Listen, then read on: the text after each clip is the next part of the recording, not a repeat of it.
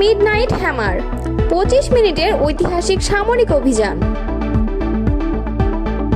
মধ্যপ্রাচ্যে বুশের মতোই ভুল করলেন ট্রাম্প। ঢাকা 15 আসন ছাড়াও আরেক আসনে প্রার্থী হতে পারেন জামায়াত আমির। আওয়ামী লীগের চেহারা দেখাও পাপ, এমনটাই মন্তব্য করেছেন বিএনপি নেতা আমিনুল হক। এতক্ষণ শুনছিলেন সংবাদ শিরোনাম, এবারে বিস্তারিত। অনেক জল্পনা কল্পনার পর হুট করেই ইরানের চলমান ইসরায়েলি আগ্রাসনে যোগ দিয়েছে যুক্তরাষ্ট্র। শনিবার রাতে ইরানের 3টি পারমাণবিক স্থাপনায় একযোগে হামলা চালিয়েছে তারা। এই সামরিক অভিযানের আনুষ্ঠানিক নাম দেওয়া হয়েছে অপারেশন মিডনাইট হ্যামার। প্রায় 25 মিনিট দীর্ঘ এই অভিযানে যুক্তরাষ্ট্রের 125টি যুদ্ধবিমান অংশ নিয়েছে। যুক্তরাষ্ট্রের মিসৌরি থেকে উড্ডয়নের প্রায় 37 ঘন্টা উড়ে অপারেশন মিডনাইট হ্যামারে অংশ 7টি বি-2 বোমারু বিমান। এই বিমানগুলো ইরানের ফর্দো ও নাতানজ পরমাণু স্থাপনায় 14টি বাংকার বাস্টার বোমা ছাড়ে।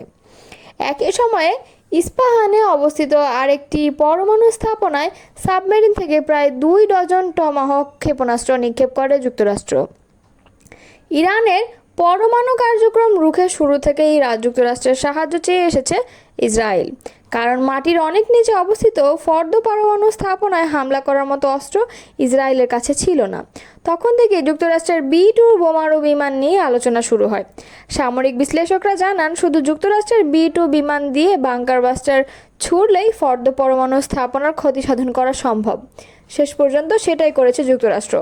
দেশের উচ্চপদস্থ এক কর্মকর্তা জানিয়েছে, এটাই যুক্তরাষ্ট্রের ইতিহাসে বি-2 বোমারু বিমান ব্যবহার করে পরিচালিত সবচেয়ে বড় অভিযান। অভিযানের পর একে অভাবনীয় এক সাফল্য হিসেবে ব্যাখ্যা করেছেন মার্কিন প্রেসিডেন্ট ডোনাল্ড ট্রাম্প। মার্কিন প্রতিরক্ষা মন্ত্রী পিট হেগসেথও দাবি করেছেন, এই অভিযানের মাধ্যমে ইরানের পারমাণবিক কর্মসূচি ধ্বংস করা হয়েছে। যদিও ইরান এখনও ক্ষয়ক্ষতির বিষয়ে আনুষ্ঠানিকভাবে কিছু জানায়নি। দেশটির রেড ক্রিসেন্ট জানিয়েছে, গত রাতের হামলায় ইরানে কোনো হতাহতের ঘটনা ঘটেনি। কিছু অসমর্থিত সূত্রের খবর, হামলার শঙ্কা ইরান নাকি বহুল আলোচিত ফর্দো ঘাঁটি থেকে গুরুত্বপূর্ণ সবকিছুই আগেই সরিয়ে নিয়েছে। 2 দশক আগের কথা, আত্মবিশ্বাস আর আগ্রাসনের বিষাক্ত মিশ্রণে ইরাকের বুকে যুদ্ধ চাপিয়ে দিয়েছিলেন যুক্তরাষ্ট্রের সাবেক প্রেসিডেন্ট জর্জ ডব্লিউ বুশ। সে সময় বলা হয়েছিল এটি হবে একটি ঝটিকা অভিযান, কয়েকদিনের মধ্যে মিশন সম্পন্ন হবে, প্রতিষ্ঠা হবে গণতন্ত্র। কিন্তু বাস্তবে জন্ম নিয়েছিল এক অন্তহীন যুদ্ধ, যা গ্রাস করে নিয়েছিল লাখো মানুষের প্রাণ, ভেঙে পড়েছিল গোটা অঞ্চল। আবার সেই একই পথে চলতে শুরু করেছে মার্কিন প্রেসিডেন্ট ডোনাল্ড ট্রাম্প। একই রকম আত্মবিশ্বাস, একই রকম আগ্রাসী কূটনীতি এবং একই রকম অন্ধত্ব, পাল্টেছে শুধু অভিনেতা। ইরানের বিরুদ্ধে ইসরায়েলের পাশে দাঁড়িয়ে যে সামরিক পদক্ষেপ ট্রাম্প নিয়েছেন, তা শুধু যুক্তরাষ্ট্রের পররাষ্ট্রনীতিকেই নয়, গোটা মধ্যপ্রাচ্যকেই আবারও ঠেলে দিচ্ছে এক অস্থির রক্তাক্ত ভবিষ্যতের দিকে। অথচ বুশের সেই যুদ্ধকে একটি ভয়াবহ ভুল বলে অভিহিত করেছিলেন ট্রাম্প নিজেই। আজ সেই ভুলের পথটাকেই আবার বেছে নিলেন তিনি। দ্য ওয়াশিংটন পোস্ট 2016 সালে ট্রাম্প নির্বাচনী প্রচারে বলেছিলেন, যুক্তরাষ্ট্রের মধ্যপ্রাচ্য যুদ্ধগুলো ছিল ভয়াবহ ভুল। 2020 এবং 24 সালের নির্বাচনী সমাবেশেও তিনি বলেছেন, যুক্তরাষ্ট্র তৃতীয় বিশ্বযুদ্ধ ঠেকাবে এবং বিদেশ নয়, নিজেদের ঘর সংস্কারে মন দেবে। অযথা তিনি এখন যুক্তরাষ্ট্রকে টেনে নিয়ে যাচ্ছেন ইরান ইসরায়েল সংঘাতের মাঝে। বিশ্লেষকদের মতে এর ফলে ট্রাম্প প্রশাসনের কূটনৈতিক অগ্রগতি যেমন ব্যর্থ হতে পারে, তেমনি মধ্যপ্রাচ্যে আরেকটি দীর্ঘমেয়াদী সংঘাত শুরু হওয়ার আশঙ্কা তৈরি হয়েছে, যেটার খেসারত দিতে হবে মার্কিনীদেরও। এই পরিস্থিতিতে একযোগে উদ্বেগ প্রকাশ করেছেন 2 ভিন্ন রাজনৈতিক আদর্শের 2 বিশিষ্ট বিশ্লেষক, প্রগতিশীল ম্যাথিউ ডাস এবং রক্ষণশীল সম্পাদক সৌরভ আহমারি। তারা স্পষ্ট করে বলেছেন, যুদ্ধ নয়, এই মুহূর্তে কূটনীতি ও শান্তি আলোচনার পথই গ্রহণ করা উচিত। আগামী সংসদ নির্বাচনকে সামনে রেখে রাজনৈতিক দলগুলোর মধ্যে নানা হিসাব নিকাশ চলছে। এরই অংশ হিসেবে প্রধান উপদেষ্টার ঘোষিত সময় ধরেই সব আসনে জাতীয় নির্বাচনের প্রস্তুতি শুরু করেছে বাংলাদেশ জামায়াতে ইসলাম। আগামী নির্বাচনে অংশ নিতে অন্তত 296 আসনে প্রাথমিকভাবে সম্ভাব্য প্রার্থীর তালিকা চূড়ান্ত করেছে দলটি। ধাপে ধাপে আসন ভিত্তিক সম্ভাব্য এসব প্রার্থীর নাম অনানুষ্ঠানিকভাবে ঘোষণা করেছে জামায়াত। আসন্ন নির্বাচনকে সামনে রেখে কেন্দ্র থেকে তৃণমূল পর্যন্ত ব্যস্ত সময় পার করেছেন দলটির নেতাকর্মীরা। ইতোমধ্যে ঘোষিত প্রার্থীরা নিজ নিজ আসনে নির্বাচনী প্রচারণায় অংশ নিয়ে নিজের অবস্থান জানান দিচ্ছেন। এদিকে দলটির আমির ডাক্তার শফিকুর রহমান ঢাকা 15 আসন থেকে আগামী নির্বাচনে লড়তে পারেন বলে জানা গেছে। ইতোমধ্যে এই আসনে নির্বাচনী প্রচারণা চালিয়েছেন জামায়াত আমির। চলতি বছরের 25 এপ্রিল রিকশায় করে নির্বাচনে গণসংযোগ করতে দেখা গেছে ডাক্তার শফিকুর রহমানকে। এর আগে 2018 সালের জাতীয় নির্বাচনেও এই আসনটিতে প্রার্থী হয়েছিলেন ডাক্তার শফিকুর রহমান।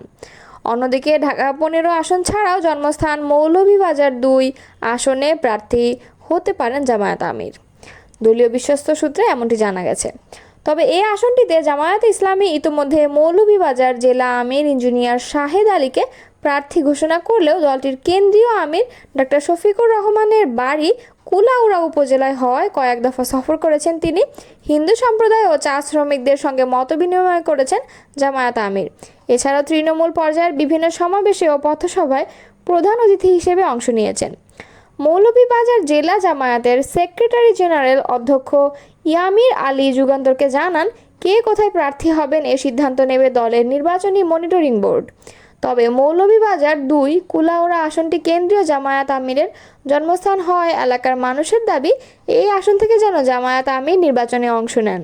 বিগত 17 বছর আওয়ামী স্বৈরাচার যে জুলুম ও নির্যাতন চালিয়েছে তা ভুলে গেলে চলবে না বলে মন্তব্য করেছেন বিএনপির কেন্দ্রীয় ক্রীড়া বিষয়ক সম্পাদক আমিনুল হক।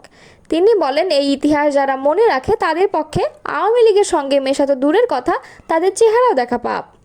রোববার দক্ষিণখান ও বিমানবন্দর এলাকায় দুটি পৃথক পৃথক অনুষ্ঠানে ঢাকা মহানগর উত্তর বিএনপির সদস্য ফরম বিতরণ এবং নবায়ন কর্মসূচির উদ্বোধনকালে তিনি এসব কথা বলেন।